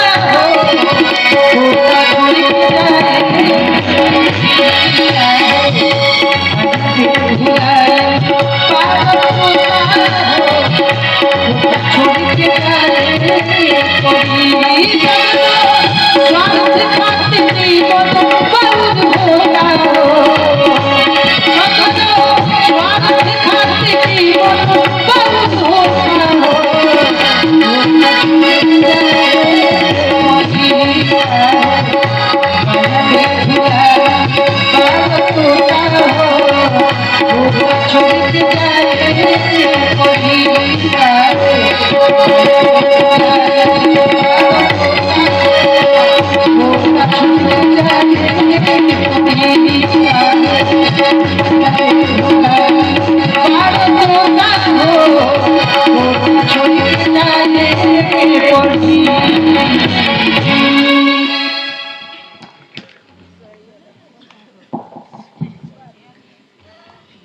बोलिए उमापति महादेव जी की जय। क्या सुने हैं भजन के माध्यम से? क्या सुने हैं? हमें भी पता चले कि आप लोग कुछ सुन भी रहे हैं। खोता छोड़ के आपके भोजपुरी में गाए हैं, अभी समझ आया है? अभी हम बता रहे थे, सिर हिला रहे हैं आप लोग कि इस सबका यही जीवन है कि यहाँ से जाना ही होगा। लेकिन आज जीवात्मा कहाँ पर उलझी है? ये भजन जो आपने सुना है संदेश दे रहे हैं, भजन भक्त संदेश दे रहा है। आज लोग माया में उलझे हैं, माया में लिपटे हैं। आप कहेंगे माया गलत है क्या? गलत नहीं है, लेकिन माया पति भी है, माया के पति भी हैं, सिर्फ माया ही नहीं है। और जो माया के पति को धारण कर ले तो माया तो स्वतः ही आती है। तो सज्जनों, इसीलिए हमें भगवान को याद करना है, भगवान को बुलाना है, भगवान से प्रार्थना करनी है। सोते समय, जागते समय, जहां भी आप रहते हैं आप भगवान को याद करिए, क्योंकि याद है तो आबाद है, भूला है तो बर्बाद है। अगर आपने याद किया तो आप आबाद रहेंगे, भूल जाएंगे तो बर्बाद हो जाएंगे। इसीलिए सज्जनों, आज पुष्पदंत जी की वो हालत हो गई, क्योंकि भगवान ने अपने पास रखा था लेकिन भगवान को भूल गए और माया में लग गए। और जब माया में लगे तो जाना ही है, खोता छोड़ के जाए के पड़ी, गए ना, फिर प्रेत बने। इतना अच्छा स्थान पाने के बाद भी बुरे कर्मों के कारण से भगवान को भी छोड़ के एक दिन जाना पड़ता है सज्जनों। और आज प्रेत योनि में है, उन्हें अपने एक एक गलतियों का एहसास हो रहा है, एक एक कर्मों का ज्ञान हो रहा है कि मैं कहां था, क्या कर रहा था और कहां पहुंच गया। सज्जनों, कहां भगवान के नित्य प्रति उठते दर्शन करते थे, उनके मुख से कुछ बातें सुनते थे, भगवान के मुख से ज्ञान की वर्षा होती है, कथा सत्संग भगवान शिव सुनाते थे, वो मिलता था। लेकिन एक बुराई ने कहां ले जाके खड़ा किया, जहां नहीं जाना चाहिए वहां जाना पड़ा उनको। तो सज्जनों, आज हम सबको अपने जीवन को देखना होगा, इस जीवन में झांकना होगा कि हम कहां गलत हैं और कहां सही हैं। जहां गलत है वहां उसको ठीक कर लें, इसी में भलाई है। नहीं तो आप जितना मर्जी घंटी बजा लें ऐसे ऐसे करके, जितना मर्जी काशी चले जाइए, काशी में जाने से किसी को मुक्ति नहीं मिलती है सज्जनों, कर्मों से मुक्ति मिलती है। पुष्पदंत काशी में रह रहे थे, प्रेत बन के रह रहे थे, लेकिन क्या मुक्ति मिली? नहीं। इसलिए सज्जनों, आप कहीं भी रहिए, आपको मुक्ति मोक्ष की प्राप्ति तो आपके सत्कर्मों से ही होगा। हाँ, जाया जाता है, तीर्थ यात्रा में जाना चाहिए, आप जाइए, भगवान का दर्शन करिए, डुबकी लगाइए पतित पावनी गंगा में, उससे आपको पुण्य की प्राप्ति होगी, पर मुक्ति नहीं मिलेगी। मुक्ति अपने गलत आदतों को छोड़ना पड़ेगा और अच्छी आदतों को धारण करना पड़ेगा, तब जाके मुक्ति मिलेगी। और जहां आप जाते हैं वहां पर मुक्ति पानी भरती है। भगवान जो विश्वनाथ जी हैं काशी में, मुक्ति उनके दर पे पानी भरती है। आदेश देने की आवश्यकता है। जिसके दर पे मुक्ति पानी भरती है, तो जिसकी भक्ति आप कर लेंगे और एक बार आदेश देंगे, तो क्या मुक्ति आपको मुक्ति प्रदान नहीं करेगी? करेगी कि नहीं? लेकिन सिर्फ जाके देखने से, फोटो खिंचवा लेने से थोड़ी ना कुछ होता। आज सजनों, लोग कहीं भी जाते हैं, पहले क्या करते हैं? हम बड़का मोबाइल में चलल बा, आप लोगों के पास बा कि नहीं? है ना? कितने लोगों के पास बा? तकरीबन सभी लोगों के पास। अब कहीं भी लोग जाते हैं तो पहले क्या करते हैं? फोटो खींचते हैं। भक्ति चाहे को जीवन में आया या ना आया, उससे कोई लेना देना नहीं। बढ़िया से त्रिपुंड धारण करते हैं और बढ़िया से फोटो खींचते हैं, आप अपने मोबाइल पर स्टेटस पे लगा देते हैं। अब जो देख रहा है वो भी ललच रहा है, जानते हैं? अब जो देख रहा है वो ललच रहा है कि काश हम भी वहां जाते, हम भी लगाते और हम भी नंदी जी के साथ या अन्य देवी देवता है वहां उनके साथ खड़े होकर फोटो खींचते, हम भी मोबाइल पे लगाते। और कहते हैं कि देखा देखी धर्म और देखा देखी पाप दोनों होता है। तो जो आपके मोबाइल पर जो फोटो डाला जाता है या जो फोटो आता है, तो जानते हैं जो बहुत कुछ अच्छा जो फोटो होता है, उसमें से मान लीजिए कोई 25, 30, 50 फोटो किसी ने खींचा है, तो उसमें से गिन चुन के वो डालते हैं, 2 से 4 या 5 फोटो वो डालता है जो बढ़िया होता है। और लोग देखते हैं तो वहीं पर धोखा खाते हैं। लोग देखते तो सोचते हैं कितना बढ़िया इनका जीवन है, हम भी इनके जैसे बनते, हम भी इनके जैसे फोटो खिंचवाते। तो आज के समय में धार्मिक स्थल पर इतनी भीड़ हो रही है, लेकिन मोबाइल सहित हो रही है और इतना फोटो लोग खिंचवाते हैं, भगवान से कोई लेना देना नहीं है। हम जाते हैं मणिकर्णिका घाट पर, जब भी हम आपके बनारस में आते हैं, काशी में, तो हम मणिकर्णिका घाट जरूर जाते हैं और वहां 1 घंटा हम बैठते हैं। जानते हैं क्यों बैठते हैं? क्योंकि वहां बैठने के बाद ये सत्य का बोध होता है कि वास्तव में ये जीवन है। आप जानते हैं मणिकर्णिका घाट पर क्या होता है? क्या होता है जरा बताइए आप लोग, मुझे भी पता चले। क्या होता है? लाशें जलाई जाती है कि नहीं? तो वहां जाके ये सच का ज्ञान होता है कि जिस शरीर को, जिस तन के लिए व्यक्ति इतना सजा रहा है, इतना संवार रहा है, तरह तरह के प्रोडक्ट मंगाए जा रहे हैं, मंगाए जाते हैं कि नहीं? अब ये वाला आया है, एड में आ रहा है, ये मंगा लो, सुंदर दिखने चाहिए। सजनों, प्रोडक्ट लगाने से सुंदरता नहीं आएगी, सुंदरता आएगी आपके कर्मों से, अच्छे कर्मों से, अच्छे आचरण से, अच्छे आचरण से आएगी। आप कितना भी बढ़िया क्रीम लगा लीजिए ना, देखिए कुछ क्षण के लिए तो थोड़ा सा लगेगा, आपको लगेगा कि हम थोड़ा अलग दिख रहे हैं, लेकिन वो तो रियल में आप जब जाएंगे कहीं तब तो पता चलेगा। तो सजनों, प्रोडक्ट लगाने से नहीं कुछ होगा, भगवान के भजन करने से होगा, भगवान की कथा सुनने से होगा। और ये सुंदर आचरण, सुंदर विचार तभी आते हैं जब हम भगवान के महिमा को सुनते हैं, भगवान की कथा को पी लेते हैं। और सजनों, आज पुष्पदंत पी तो रहे हैं, पीने के बाद ही ना जीवन संवरता है। और सजनों, आज मणिकर्णिका घाट पर मुझे जाके एहसास होता है, क्योंकि हमने कभी लीपापोती नहीं किया है अपने जीवन में, हम कभी लीपापोती नहीं करते हैं, क्योंकि आपका कर्म अच्छा है ना, तो आप वैसे ही सुंदर दृष्टिगोचर होंगे, वैसे ही सुंदर दिखने लग जाएंगे। ये लीपापोती करने से नहीं कुछ होगा। हाँ, कथा में मैं लगा लेती हूँ, त्रिपुंड लगा लेती हूँ, भाई शादी भी हो तो लगाना पड़ता है।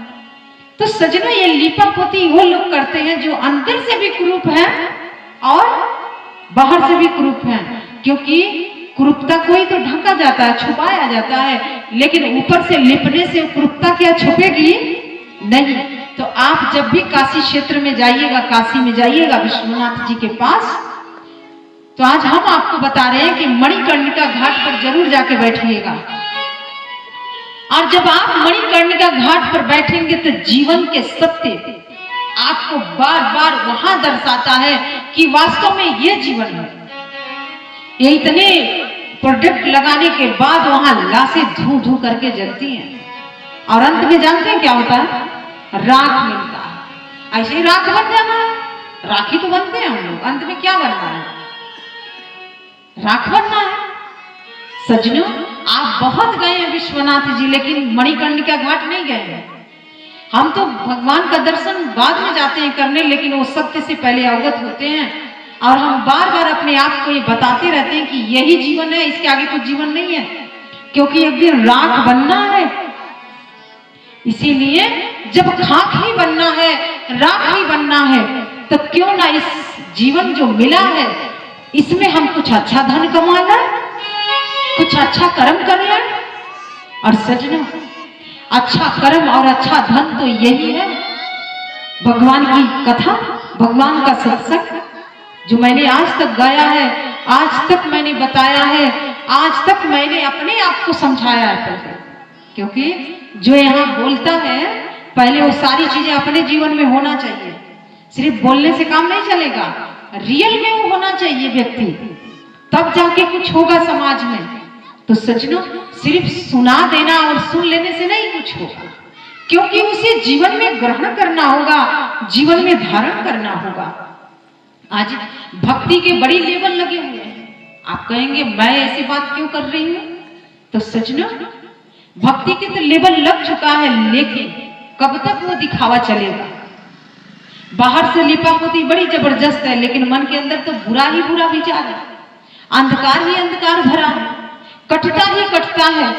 जो क्रोध पर नियंत्रण नहीं कर पाया तो फिर क्या वो भक्ति करेगा? बात बात पर तो लोगों को क्रोध आता है, क्रोध का मतलब गुस्सा। और जानते हैं भगवान श्री कृष्ण कहते हैं कि क्रोध के मूल में पाप छुपा होता है। क्या होता है? पाप छुपा होता है। और क्रोध किसको आता है? पिशाचों को आता है, प्रेतों को। जो प्रेत होते हैं उनको बात बात पर क्रोध आता है, बात बात पर गुस्सा आता है। कुछ लोग आपके घरों में ही होंगे, परिवार में, बात बात पर पिनक जाते हैं, पिनकते हैं, मिनट मिनट में पिनकते हैं। उनकी ना सुनी जाए, उनके बात ना मानी जाए, वो जो कह रहे हैं वो ना करो। देखो तो प्रेत कभी पेड़ों पर नहीं बैठे हैं, प्रेत तो आपके घर में, जीवन में। सजनों, इसीलिए ये लगा लेने से, ये पहन लेने से, तीर्थ यात्रा में चले जाने से नहीं कुछ होगा। फिर कैसे होगा? कर्मों को बदलना होगा, सुंदर कर्म को अपने जीवन में लाना होगा, सुंदर आचरण लाना होगा। ये लिपापोती दिखावा कब तक है? तो कुछ चंद लोगों के फोटो होते हैं जो लोग डालते हैं और दुनिया उसे देखती है तो कहते हैं इनका परिवार तो बहुत अच्छा है, इनका लाइफ बड़ा सेट है, इनके लाइफ में झगड़ा नहीं होता होगा, इनका लाइफ बहुत सुंदर दिख रहा है, पति पत्नी बड़े अच्छे से फोटो खिंचवाए। सजनों, आप घर में जाके देख लेना एक दिन क्या हो रहा है। किसी के हाथ में झाड़ू होता है तो किसी के हाथ में बेलन होता है। ये तो लाइफ है, ये तो जीवन है। और सजनों, लेकिन जब आप फोटोगा देखते हैं तो उसी पर न लपकते हैं, उसी पर न ललचते हैं, तो वो तो एक बना के डला हुआ है, लेकिन रियल में देखेंगे तो भागेंगे आप देख के कि क्या वही व्यक्ति ये है। तो सजनों, रियल में और होने में जमीन आसमान के अंतर है। एक बना के डाल दिया गया है और एक हो जाना, जमीन आसमान के अंतर है। तो सजनों, आजकल लोग ज्यादा देखा देखी कर रहे हैं। और भक्ति कौन करता है? कहते हैं भक्ति करे कोई सूरमा, जात वर्ण कुल कुल। कि ये सुरमाओं का मार्ग होता है, कायरों का मार्ग नहीं होता कि आए और खिंचवाए, सेल्फी लिए और डाल के चले गए, बता के चले गए। नहीं, ये सुरमाओं का मार्ग है। और इस मार्ग पर वही चलता है। तो इसीलिए सज्जनों, आज भगवान गणेश पुष्पदंत जी को भगवान की महिमा सुनाए, भगवान की कथा सुनाए, और कथा बताती है कि प्रेत योनि से उन्हें मुक्ति मिलती है और पुनः वो अपने शरीर में आते हैं। लेकिन सज्जनों, जब आपके घर में प्रेत बाधा होता है तो आप किसके पास जाते हैं? किसके पास जाते हैं? घर बनवाते हैं, ना जाने क्या क्या करते हैं, लेकिन क्या छुटकारा मिलता है? नहीं। तो सज्जनों, छुटकारा तभी मिलेगा जब हम भगवान की कथा सुनते हैं मन चित्त लगा के ध्यान से, तब जाके प्रेत योनि से व्यक्ति मुक्ति को प्राप्त कर पाता है, मुक्ति मिलती है। और पुष्पदंत जी को तो गणेश जैसे पुत्र थे कि जिन्होंने उन्हें प्रेत योनि से लाए, लेकिन आप लोगों के जीवन में कौन है ऐसा कि जो ले आएगा? और आज जानते हैं लोग ज्यादा से ज्यादा सुसाइड कर रहे हैं, किसी से बात कर रहे हैं, बात नहीं लड़की मान रही है, लड़का नहीं मान रहा, तुरंत फांसी तैयार है। घर में रस्सियां हैं, जहर की गोलियां हैं, केमिकल है, फट से खा ले रहे हैं, सब मर जा रहे हैं। सच में आप ये विचार कर लेना कि ये इतना सुंदर जीवन मिला था भगवान की बंदगी करने के लिए, भगवान की आराधना करने के लिए, और कोई आपके जीवन में 4 दिन के लिए आया, 8 दिन के लिए आया, और उसके लिए लोग सुसाइड कर लेते हैं, आत्महत्या कर लेते हैं। सच में ये पाप है, महापाप है। और जब आत्महत्या कोई करता है तो प्रेत ही तो बनता है, क्योंकि आप अपना पूरा जीवन नहीं जी पाए और ये शरीर छूट गया है। अब जितना जीवन शेष बचा है प्रेत बन के भटकना पड़ेगा दर दर। इसीलिए सज्जनों, सुसाइड नहीं करना है, मरना नहीं है जानबूझ के, क्योंकि परमात्मा ने जो जीवन दिया, ये जीवन बहुत सुंदर है, बहुत अच्छा ये जीवन है। और ये जीवन भगवान ने बोला कि जाओ संसार में मुझे याद रखना, मेरी भक्ति करना और अपना सारा कार्य करना। लेकिन हम लोग तो पुष्पदंत जी की तरह बन गए। भगवान के पास रहते हुए भी, भगवान आपके घरों में रहते हैं। आज तो घर घर में गोपाल जी पहुंच चुके हैं, ठाकुर जी पहुंच गए कि नहीं? हर घर में ठाकुर जी की पूजा हो रही है, शिव जी की पूजा हो रही है। लेकिन भगवान के इतने करीब होते हुए भी क्या मन में पवित्रता आया? मन में सात्विकता आई? नहीं। मन में अच्छे विचार आए? नहीं। और सज्जनों, जानते हैं इसमें भी स्वार्थ है लोगों को। लोग भगवान को भोग लगाते हैं, किसमें? ड्राई फ्रूट जो होता है, पेड़ा होता है, लड्डू होता है। अगर कहीं भगवान खाने लग जाते ना तो लोग वो भी ना खरीद के लाते। मैं आपको बताती हूँ, सच कह रही हूँ, क्योंकि वो तो अपने खाना है ना, तो बढ़िया बढ़िया भोग आ जाता है, ठाकुर जी खा रहे हैं। ठाकुर जी तो सिर्फ नजर से देख लेते हैं तो भोग लग गया। और कहीं ठाकुर जी खाने लग गए तो आप लोग कहेंगे कि ठाकुर जी अब थोड़ा सा एडजस्ट कर लो। होता है कि नहीं? ठाकुर जी अब जैसे हम खा रहे हैं वैसे ही खा लो आप भी। तो ठाकुर जी नहीं खाते हैं कुछ भी। कौन खा रहा है? मनुष्य खा रहा है। इतना खाने पीने के बाद भी मनुष्य का मन ठीक नहीं हुआ। और जब मन ठीक नहीं होगा तो तन कैसे ठीक होगा? कहते हैं जब ये जुबान खराब होती है ना तो दिमाग खराब अपने आप हो जाता है। और जहां पर दिमाग खराब हो गया तो विनाश स्वतः ही होना है, तय है। इसीलिए वो खाओ जिससे आपका मन भी स्वस्थ रहे और आपका तन भी स्वस्थ रहे और आपका विचार भी ठीक रहे। तो सज्जनों, जब जुबान खराब होता है तो दिमाग खराब होता है, दिमाग खराब होता है तो विनाश का द्वार स्वतः ही खुलता है, बुराई का द्वार खुल जाता है। क्योंकि इसी जुबान से अच्छा भी व्यक्ति बोलता है और बुरा भी बोलता है। जो पुष्पदंत ने बोला था, आज उनसे सीख के जाइएगा आप लोग कि बहुत जगह आप लोग भी जाते हैं, बहुत लोगों से बातें करते हैं, लेकिन क्या बात कहां बोलना है ये समझना है, ये जानना है, और कौन सी बात कहां नहीं बोलना है। सज्जनों, जब एक छोटा सा बच्चा जन्म लेता है ना तब उसे बोलना कौन सिखाता है? लोग सिखाते हैं। क्या उसको बोलने आता है? लेकिन जैसा जैसा आप सिखाते हैं वैसे वैसे वो संतान सीखती है। वैसे बोलती है, लेकिन बड़े होने के बाद बाल काल से और जब हम बड़े हो जाते हैं सब चीज सीखे, ध्यान से सुनिएगा, सब चीज सीखे, लेकिन ये नहीं सीखे कि हमें किसके साथ क्या बोलना है, ये नहीं सीख पाए, आज तक नहीं सीख पाए। किसके सामने क्या बोलना है ये नहीं सीख पाए। और सजनों जब ये नहीं सीख पाए तो फिर क्या सीखे, कुछ भी नहीं। तो इसीलिए पुष्पदंत जी भगवान के पास थे, उनके अनुचर थे, उनके गण थे, लेकिन भगवान के पास रहना कोई बड़ी बात नहीं है, भगवान के साथ खड़े हो जाना कोई बड़ी बात नहीं है। बड़ी बात फिर क्या है, आपसे पूछ रही हूं, क्या है बड़ी बात? बड़ी बात वो है कि हम उनके साथ रहते हुए भी, उनके पास रहते हुए भी, और हम उनके मुंह से ना जाने कितनी बातें सुन रहे हैं, लेकिन हमें जाके समाज में क्या बोलना है ये सीखना है। और पुष्पदंत अगर सीखे होते तो वो भगवान शिव जो हैं वो कथा भी तो सुनाते थे, सत्संग भी सुनाते थे, ज्ञान की बात कर रहे थे, साधना करते थे, लेकिन वो सब नहीं किए। वो क्या साधना में बैठे भगवान शिव ध्यान करते हैं कि नहीं, आप जानते हैं कि नहीं? तो वो नहीं सीखे। भगवान शिव के मुख से ज्ञान की वर्षा हो रही थी, सत्संग कथा ऋषियों को सुना रहे थे, वो नहीं सीखे। फिर क्या सीखे? जो दोनों लोगों की बीच की बात थी वो सुने। और यही तो हम सबका जीवन भी है सजनों। आप वो सीखते हैं जो आपका मन करता है, आप वो बोलते हैं जो आपका मन कहता है, लेकिन क्या आत्मा की आवाज कभी सुने आप लोग? नहीं ना।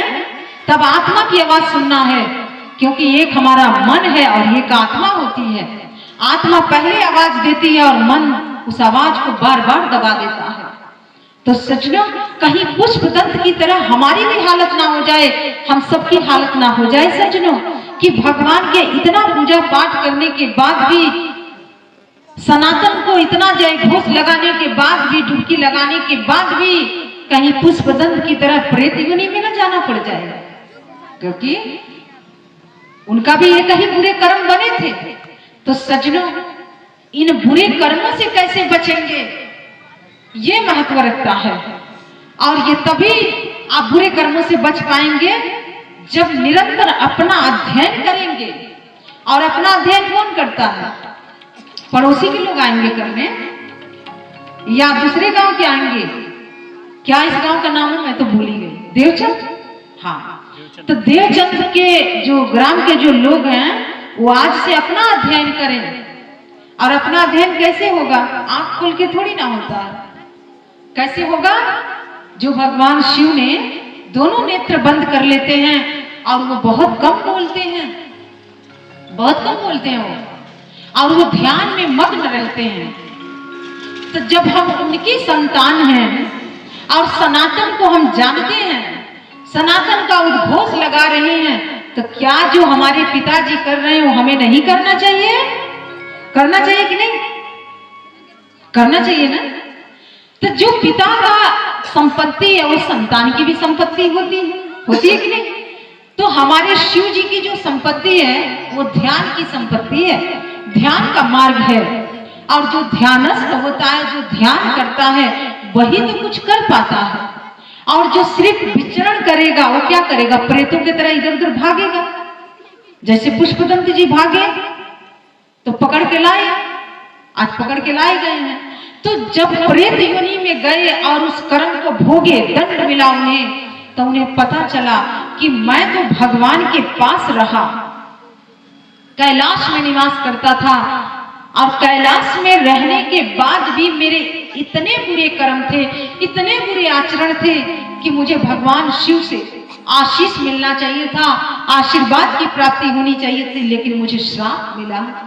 तो सज्जनों कहते हैं जब व्यक्ति प्रायश्चित करता है, आत्मग्लानि जब होती है, तो पाप स्वतः ही धुल जाते हैं।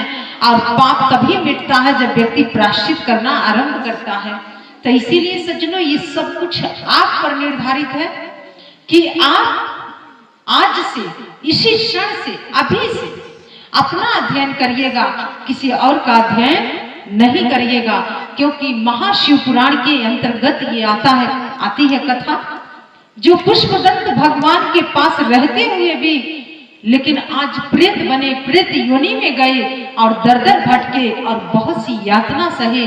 और इससे आज हमें और आपको प्रेरणा लेनी है कि कहीं हमें भी ये मानव जीवन मिला है, हम लोग भी कहीं प्रेत योनि में ना चले जाएं, ऐसा सत्कर्म में लगे, ऐसे सुंदर से कर्म करें कि हम भगवान शिव जो है, भगवान विश्वनाथ जी जो हैं, वो मुक्ति जी को आदेश दें कि जाओ मेरे भक्त को मुक्ति प्रदान कर दो, मोक्ष प्रदान कर दो। ऐसा सुंदर आचरण करें। और सज्जनों, हम आस करेंगे, विश्वास करेंगे देवचंद के गांव के लोगों से कि हम भगवान शिव की संतानें हैं, सनातनी है, पुरातनी है। तो जो हमारे पिता का मार्ग है, जो परमात्मा का मार्ग है, वो हम सबका मार्ग है, सबका रास्ता है। और सज्जनों, उसी रास्ते पर चल के, उसी मार्ग पर चल के आवागमन के चक्र से व्यक्ति मुक्ति पाएगा, अन्यथा कोई भी मार्ग नहीं बनाया गया है, कोई भी रास्ता नहीं बनाया गया है। तो सज्जनों, यही है कथा का महात्म्य। आज मैंने आपको कथा नहीं सुनाई है, कथा का महात्म्य सुनाया है कि कथा सुनने से क्या होता है और कथा कहने से क्या होता है, कथा कराने से क्या होता है। जो कथा कराता है, जो आगे आता है, अब मान लीजिए जो यहाँ आयोजन किया गया है, वो किसके लिए किया गया है? काशी के लोगों के लिए थोड़ी ना किया गया है, आपके गांव के लिए किया गया। इस सुंदर सा व्यवस्था बनाई गई है। वो भाई साहब साउंड पर अपना सेवा संभाल रहे हैं। हमें बुलाया गया है, इन लोगों को बुलाया गया है, ना जाने कौन कहां से आया है, क्यों आया है? क्योंकि ये एक आयोजन है। ये आयोजन किसके लिए किया गया है? आप सब ग्रामवासियों के लिए किया गया है कि ये 7 दिनों की कथा है, और जब ये आयोजन आपके लिए है तो कथा भी आपके लिए हो रही है। और सज्जनों, जो कथा कराता है तो कोई पहले एक खड़ा होता है, और ये कथा आप सबके सहयोग से हो रहा है। और जो सबके सहयोग से होता है वही तो पूर्ण होता है, वही ना कार्य पूर्ण होता है। तो भैया तो एक माध्यम है हम लोगों को बुलाने के लिए, लेकिन जब हम यहाँ आए हैं तब ना आपको देखे हैं, और आप हमें देखे हैं। हम आपको जाने हैं, आप हमें जाने हैं। आपको पता चला कि कोई साध्वी हैं, आई हैं कथा सुनाने के लिए, तो हमारी सेवा है कथा सुनाना, आपकी सेवा है कथा को श्रवण करना। और भैया की जो सेवा भगवान ने लगाई थी वो अपना पूरा किए हैं। तो सज्जनों, हम सबकी अपनी अपनी ड्यूटी है, अपनी अपनी सेवा है, और इसीलिए कथा सुनना और सुनाना और कथा कराने से कभी भी अकाल मृत्यु नहीं होती है। अगर आप कथा कराते हैं या कथा सुनने जाते हैं या कथा सुना रहे हैं तो अकाल मृत्यु नहीं होगी। उस घर में, उस परिवार में अगर जो कथा सुन रहा है या परिवार आके कथा सुनती है, भगवान शिव की कथा हो रही है, काल के महाकाल हैं, और जो काल महाकाल की कथा सुन लेगा, क्या उसके घर में अकाल मृत्यु होगी? नहीं। तो सज्जनों, इसीलिए समय समय पर कथाओं का आयोजन किया जाता है, और भगवान शिव के महापुराण की कथा हो रही है। अगर आप नियम से कथा का श्रवण करेंगे तो कथा सुनने से यही होता है कि घर में अकाल मृत्यु नहीं होती है। जब भी आप इस संसार से जाएंगे तो अच्छे से जाएंगे, पीड़ा नहीं होगी, वेदना नहीं होगी, दर्द नहीं होगा, आसानी से इस धरा से आप जाएंगे, इस संसार से प्रस्थान करेंगे। तो ये कथा सुनने का लाभ होता है। और ये कथा का महात्म्य मैंने आपको बताया है कि जैसे पुष्पदंत जी का जीवन इतना सुंदर था, लेकिन अपने कर्मों के कारण प्रेत योनि में जाना पड़ा, लेकिन कथा सत्संग को सुन के फिर प्रेत योनि से उन्हें छुटकारा मिला और भगवान शिव के पास आते हैं। तो आइए, आज पहला दिन था, आज कथा का महात्म्य है, और आप सबकी मैं एक सेवा भी लगा रही हूँ। डरिएगा मत, डर तो नहीं रहे हैं, हम आपसे कुछ मांगने नहीं आए हैं। मैं तो साधु हूं, मुझे क्या चाहिए? मेरे पास भगवान है, और जिसके पास भगवान है उसी के पास तो सब कुछ है। तो सज्जनों, मैं आपसे आपकी सेवा इसलिए लगा रही हूं कि आज आप आए हैं तब गंगा में जाकर क्या बताएंगे आप? क्या बताएंगे? क्या बताएंगे? कुछ नहीं बताएंगे। आपको ये बताना है कि यहाँ पर कथा हो रही है और कथा में कल जाना है। ये क्या है? आपकी सेवा है। सेवा करत निष्कामी, निष्काम भाव से सेवा करिएगा। और जो लोग नहीं आए हैं उन्हें कल लेके आना है, क्योंकि कल यहाँ पर दूसरा प्रसंग होगा। क्योंकि 7 दिन है, 7 प्रसंग हम आपको सुनाएंगे यहाँ पर। आज पहला दिवस है तो कथा का महात्म्य हमने आपको सुनाया। और आइए स्वामी हरिदासानंद जी से आग्रह करते हैं कि आगे की जो कार्य है क्या करना है। और आप सभी से हम आस करते हैं कि भगवान शिव के चरणों में एक जय घोष अर्पित करते हैं। दोनों हाथ ऊपर उठा के तो बोलिए उमापति महादेव जी की, श्री कृष्ण बलदेव जी की, पूज्य गुरुदेव भगवान की जय श्री राम, जय श्री राम, जय जय श्री राम।